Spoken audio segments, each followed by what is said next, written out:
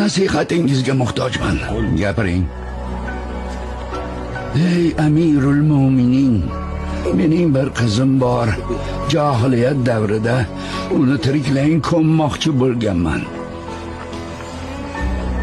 Tuproqqa qo'yganimda ko'nglim erib, uni chiqarib olgandim. Keyin musulmon bo'ldik, u ham muslima bo'ldi. Balog'atga yetganida katta gunohlardan birini qildi. Pichoq olib qo'lini kesmoqchi bo'libdi. Vaqtida ko'rib qoldik, ammo tomirlari kesilgandi.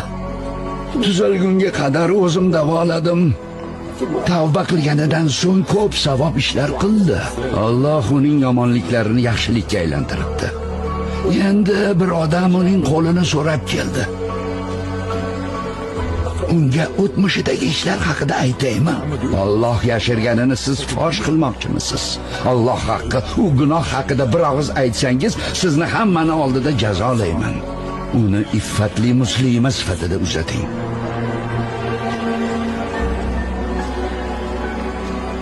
Xavotirimdan xalos etdingiz Amirul Mo'minin.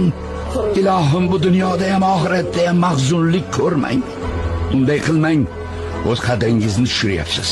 Men esa Alloh yoqtirmaydigan kibrga mubtalo bo'lishim mumkin. Men ham hamma qatori musulmonman.